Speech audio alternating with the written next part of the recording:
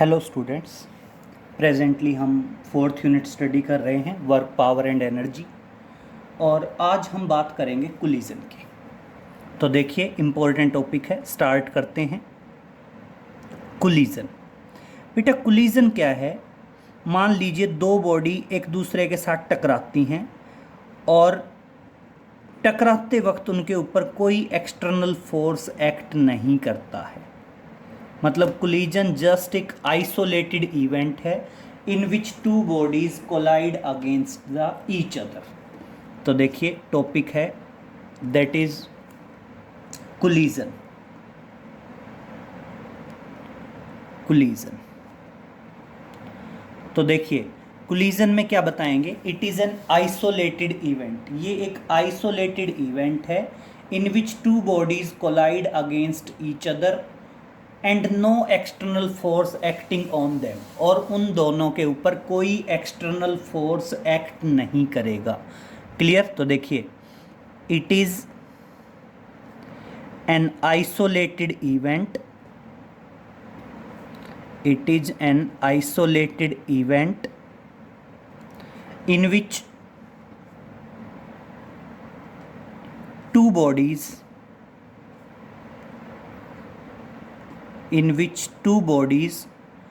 Collide against each other. जिसमें क्या होगा बेटा? दो बॉडीज जो हैं वो दो बॉडीज एक दूसरे के साथ कोलाइड करेंगी। It is an isolated event in which two bodies collide against each other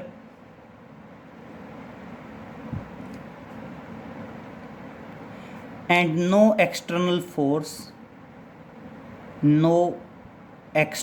force act on them. और बेटा उन पे कोई एक्सटर्नल फोर्स एक्ट नहीं करेगा। तो उसे हम क्या बोलते हैं?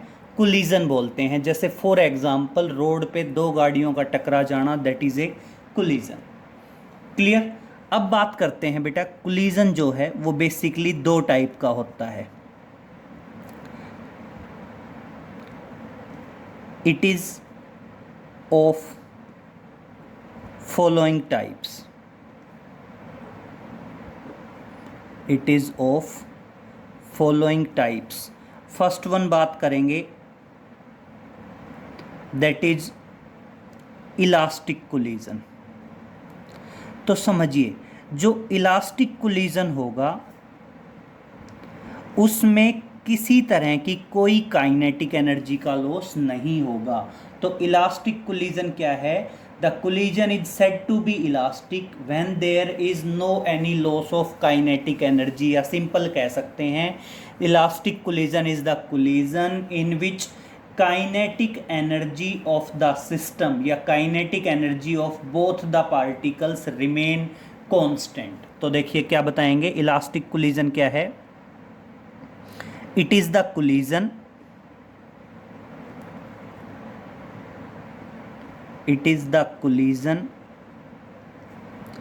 in which kinetic energy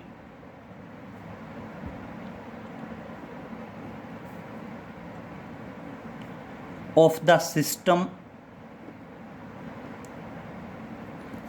क्या बताओगे? जो इलास्टिक कोलिजन है वो कोलिजन है in which kinetic energy of the system, या कह दीजिए बोथ द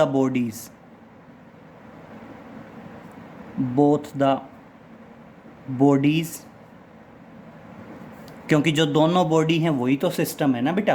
तो क्या बताएंगे? It is the collision in which kinetic energy of the system remain constant.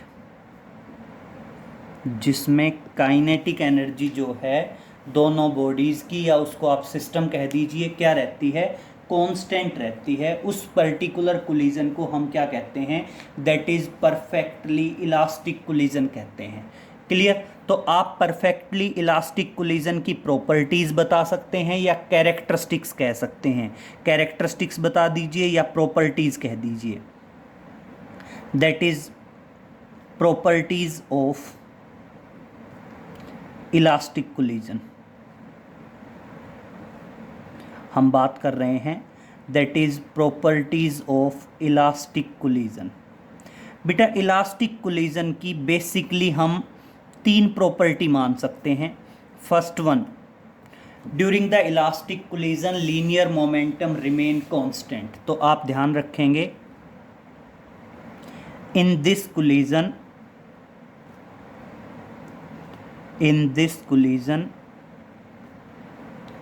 the linear momentum of the system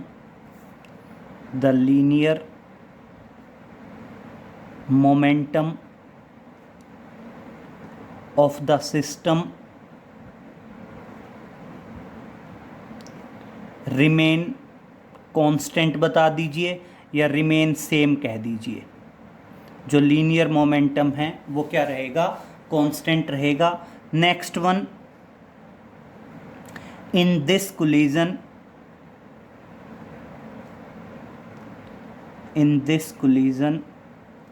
the kinetic energy of the system remain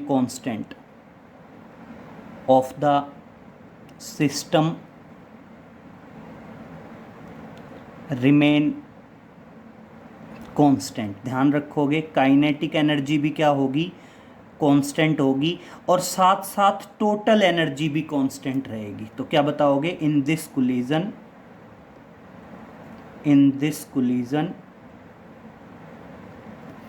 the total energy remain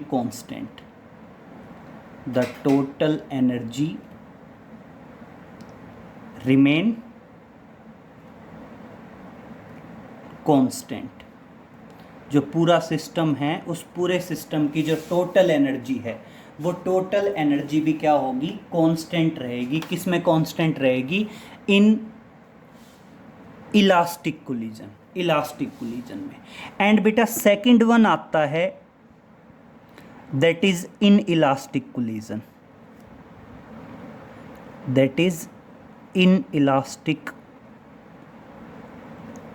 collision. अब वैसे तो एक point है, एक होता है perfectly elastic और एक होता है परफेक्टली इन इलास्टिक। हमने ये जो पॉइंट बताया कि काइनेटिक एनर्जी का लॉस नहीं होगा, वो क्या होगा, बेसिकली परफेक्टली इलास्टिक कोलिजन होगा।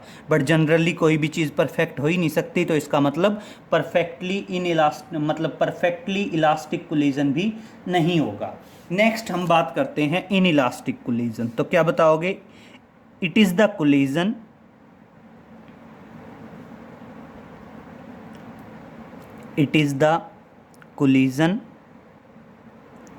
in which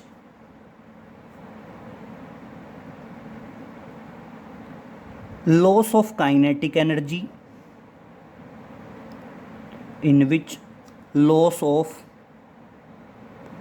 kinetic energy of the system कह दीजिए या bodies कह दीजिए, loss of kinetic energy of the system takes place। Clear. तो सिंपल वे में क्या है, इन इलास्टिक कोलिजन जो होगा उस कोलिजन के अंदर काइनेटिक एनर्जी का लॉस होता है। काइनेटिक एनर्जी का लॉस होने का मतलब क्या है, काइनेटिक एनर्जी कांस्टेंट नहीं रहेगी। तो आप ध्यान रखना, अगर मैं बात करूं that is properties of in elastic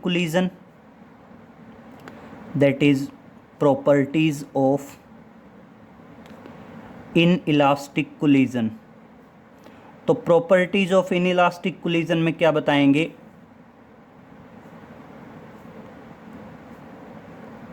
properties of inelastic collision में होगा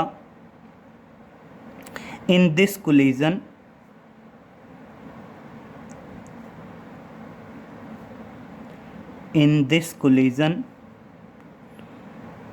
the linear momentum of the system remain constant, momentum of the system remain constant। ध्यान रहेगा लीनियर मोमेंटम जो है वो दोनों कोलिजन में कांस्टेंट होता है, चाहे इलास्टिक कोलिजन की बात करें चाहे इन इलास्टिक कोलिजन की बात करें।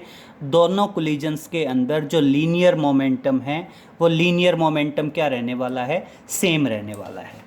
क्लियर। नेक्स्ट पॉइंट की बात करते हैं। नेक्स्ट पॉइंट है काइनेटिक एनर्जी। बेटा काइनेटिक एनर्जी जो है इन इलास्टिक कोलिजन में हम पहले ही कह रहे हैं काइनेटिक एनर्जी का लॉस होगा, तो क्या बताओगे, in this type of collision kinetic energy of the system do not remain same. Kinetic energy जो है सिस्टम की वो सेम नहीं होगी, काइनेटिक एनर्जी का क्या हो जाता है, लॉस हो जाता है। तो आप क्या बताओगे, in this collision in this collision the kinetic energy in this collision the kinetic energy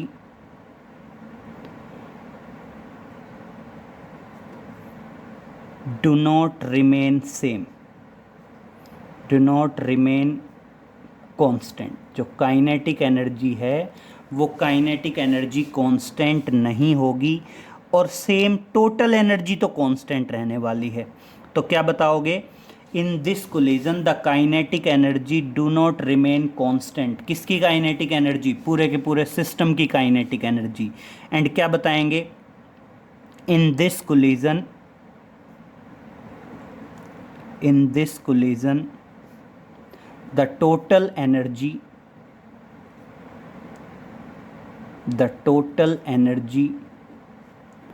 of the system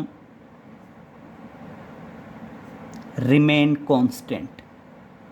जो टोटल एनर्जी है वो टोटल एनर्जी पूरे सिस्टम की क्या रहने वाली है, कांस्टेंट रहने वाली है। तो ध्यान रखेंगे जो आपका इन इलास्टिक कोलिजन होगा, इन इलास्टिक कोलिजन और इलास्टिक कोलिजन दोनों में बस इतना सा डिफरेंस है कि आपकी जो काइनेटिक एनर्जी है वो काइनेटिक एनर्जी क्या है,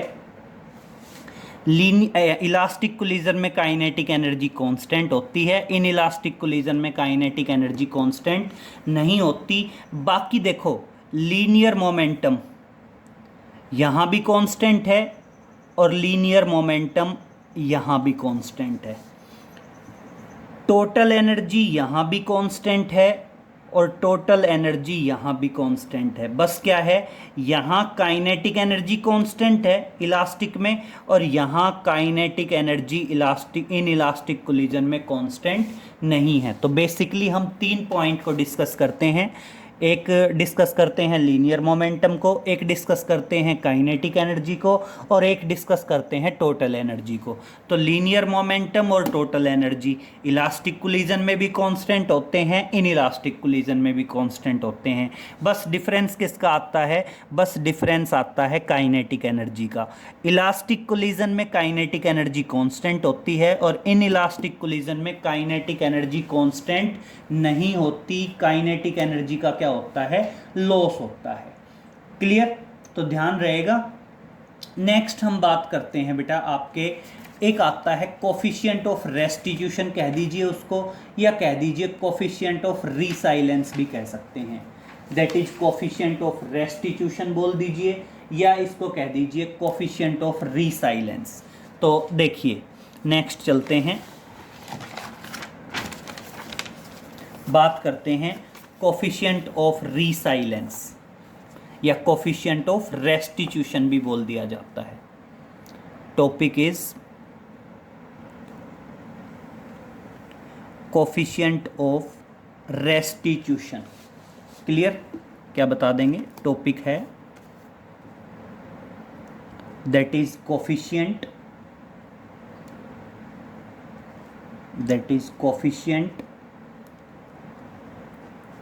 ऑफ रेस्टिट्यूशन बोल दीजिए या इसको क्या बोल दीजिए, रीसाइलेंस बोल दीजिए। दैट इज रेस्टिट्यूशन या कोफिशिएंट ऑफ रीसाइलेंस भी बोल देते हैं। जनरली इसको स्मॉल ई से डिनोट करते हैं। अब देखो कोफिशिएंट ऑफ रेस्टिट्यूशन या कोफिशिएंट ऑफ रीसाइलेंस क्या बताएंगे? इसको बताएंगे it is defined as the ratio of, क्या बताएंगे इसको हम? रेशियो बताएंगे। किसका रेशियो बताएंगे? रिलेटिव वेलोसिटी ऑफ, मतलब रेशियो है रिलेटिव वेलोसिटी का बिफोर कोलिजन और आफ्टर कोलिजन। समझिए किस तरह से, यस क्लियर करिए। मान लीजिए ये एक बॉडी है जिसका मास है m1 which is moving with velocity u1। This is the another velocity mass, another body of mass m2 and moving with velocity u2. Collision takes place and after collision the body m1 moving with velocity v1 and the body m2 moving with velocity v2। तो ये condition तो क्या है? ये वाली जो situation है, ये वाली सिचुएशन है that is before collision, that is before collision. और बेटा ये वाली जो सिचुएशन है, ये वाली सिचुएशन है that is after collision. Clear हुआ? दो bodies mass m1 m2 they are moving with velocity u1 and u2, collision takes place and after collision their velocity becomes v1 and v2। तो बेटा coefficient of restitution क्या बताएंगे? It is defined as the ratio, it is defined as the ratio. बेटा ये just क्या है? Ratio है। किस किस का रेशियो है? That is relative velocity after collision to the relative velocity before collision. क्या बताएंगे? It is defined as the ratio of relative velocity of the bodies, it is defined as the ratio of relative velocities, that is relative velocity after collision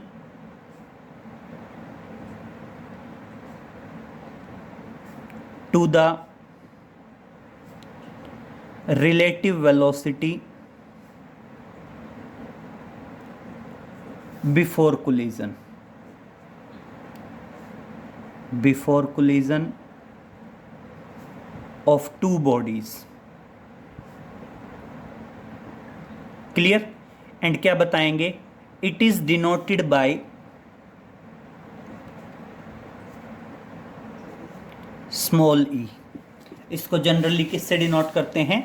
small ई से denote करते हैं। तो simple way में देखिए क्या आया, ये just ratio आया। किसका रेशियो आया? That is relative velocity after collision, relative velocity after collision to the relative velocity before collision, to the relative velocity before collision। अब समझिए एक पॉइंट, रिलेटिव वेलोसिटी के बारे में हम पहले ही पढ़ चुके हैं। रिलेटिव वेलोसिटी के बारे में हमने क्या पॉइंट बताया था कि अगर दो ऑब्जेक्ट सेम डायरेक्शन में मूविंग हैं तो रिलेटिव वेलोसिटी हमेशा उनकी वेलोसिटी का डिफरेंस होता है, और अगर दो ऑब्जेक्ट अपोजिट डायरेक्शन में मूविंग हैं तो रिलेटिव वेलोसिटी हमेशा क्या होता है? दोनों की वेलोसिटीज़ का सम होता है। तो यहाँ पे देखिए कोलिजन से पहले दोनों ऑब्जेक्ट सेम डायरेक्शन में मूव कर रहे हैं, इसकी वेलोसिटी u1 है और इसकी वेलोसिटी है u2। तो इसका मतलब अगर मैं रिलेटिव वेलोसिटी बिफोर कोलिजन निकालना चाहूँ तो भी वो दोनों की वेलोसिटी का डिफरेंस आएगी, और कोलिजन के बाद भी दोनों सेम डायरेक्शन में मूव कर रहे हैं, तो अगर मैं आफ्टर कोलिजन भी रिलेटिव वेलोसिटी निकालना चाहूँ तो दोनों का डिफरेंस आएगा। अब डिफरेंस निकालना है तो जनरली ग्रेटर वैल्यू में से स्मॉल वैल्यू घटाई जाती है। यहाँ पे देखिए बेटा, दोनों ऑब्जेक्ट अलग अलग थे, उसके बाद दोनों का कोलिजन हुआ, तो इसका मतलब u1 इज ग्रेटर। भाई m1 बॉडी पीछे थी, m2 आगे थी, लेकिन उसके बाद भी m1 आके m2 से कोलाइड कर गई, तो इसका मतलब m1 की जो वेलोसिटी है वो ज़्यादा है। और इसका मतलब अगर मैं रिलेटिव वेलोसिटी आफ्टर कोलिजन मतलब रिलेटिव वेलोसिटी बिफोर कोलिजन निकालूंगा, तो वो बेसिकली क्या आएगी, u1 माइनस u2 आएगी, क्योंकि u1 ज़्यादा है और उसमें से हम क्या कर देंगे, u2 को घटा देंगे। क्लियर। सेम यहाँ पे देखिए, सेम कॉन्सेप्ट यहाँ पे क्या आएगा, दोनों बॉडीज एक साथ थी, उसके बावजूद भी m2 बॉडी आगे निकल गई, तो इसका मतलब m2 की जो वेलोसिटी है वो ज़्यादा है, और m2 की वेलोसिटी ज़्यादा है तो बेसिकली v2 माइनस v1 आएगा। तो देखिए रिलेटिव वेलोसिटी आफ्टर कोलिजन तो आ जाएगा v2 माइनस v1, और रिलेटिव वेलोसिटी बिफोर कोलिजन आ जाएगा u1 minus u2। Clear. And this is the coefficient of resilience बोल दीजिए, या कोफिशिएंट ऑफ रेस्टिट्यूशन बोल सकते हैं इसको। क्लियर। कोफिशिएंट ऑफ रीसाइलेंस या कोफिशिएंट ऑफ रेस्टिट्यूशन। तो ध्यान रखेंगे E की स्मॉलेस्ट वैल्यू होती है 0 और E की लार्जेस्ट वैल्यू होती है 1। और किसके लिए, एक फॉर इनइलास्टिक कोलिजन परफेक्टली और एक फॉर परफेक्टली इलास्टिक कोलिजन, ध्यान रहेगा। तो E की वैल्यू अगर मान लीजिए मैं कहता हूं E की वैल्यू 1 है, तो E की वैल्यू 1 किसके लिए होती है, that is for perfectly elastic collision. तो देखिए नोट में डालेंगे पहला पॉइंट, नोट में आप फर्स्ट पॉइंट डालेंगे। फर्स्ट पॉइंट क्या है, E की वैल्यू 1 होगी, और ये क्या है, इसकी मैक्सिमम वैल्यू है, ये क्या है, इसकी मैक्सिमम वैल्यू है। और ये किसके लिए होती है, that is for perfectly elastic collision, that is for perfectly elastic collision. Clear हुआ। E की वैल्यू मैक्सिमम क्या होती है 1, और किसके लिए होती है, परफेक्टली इलास्टिक कोलिजन के लिए होती है। ठीक है। दूसरा पॉइंट, E की वैल्यू 0, ये क्या है, इसकी मिनिमम वैल्यू होती है, और ये किसके लिए होती है, that is perfectly in elastic collision, perfectly in elastic collision. ध्यान रहेगा। तो आप हमेशा ध्यान रखेंगे E की मैक्सिमम वैल्यू 1 है, और मैक्सिमम वैल्यू 1 किसके लिए है, परफेक्टली इलास्टिक कोलिजन के लिए है। और E की वैल्यू मिनिमम है 0, और मिनिमम 0 किसके लिए है, that is for perfectly in elastic collision. Clear. और बेटा ध्यान रखेंगे, ना तो कोई कोलिजन परफेक्टली इलास्टिक होता है, ना कोई कोलिजन परफेक्टली इन इलास्टिक होता है। There is no any perfectly elastic collision or perfectly inelastic collision, perfectly inelastic collision। तो ना तो कोई कोलिजन बेटा परफेक्टली इलास्टिक होता है, और ना ही कोई कोलिजन परफेक्टली इनइलास्टिक होता है। तो इसलिए ना तो E की वैल्यू 1 हो सकती है, और ना ही E की वैल्यू 0 हो सकती है। तो मोस्ट ऑफ द कोलिजन्स के लिए E की वैल्यू लेस देन 1 होती है और ग्रेटर देन 0 होती है। ये किसके लिए है? For most of the collisions, most of the collisions. तो इसलिए हमारे जो ज़्यादातर कोलिजन्स हैं बेटा, वो ज़्यादातर कोलिजन्स के लिए ई की वैल्यू जनरली 0 से ज़्यादा और 1 से कम होती है, क्योंकि ना तो कोई कोलिजन परफेक्टली इलास्टिक होता है और ना ही कोई कोलिजन परफेक्टली इनइलास्टिक होता है।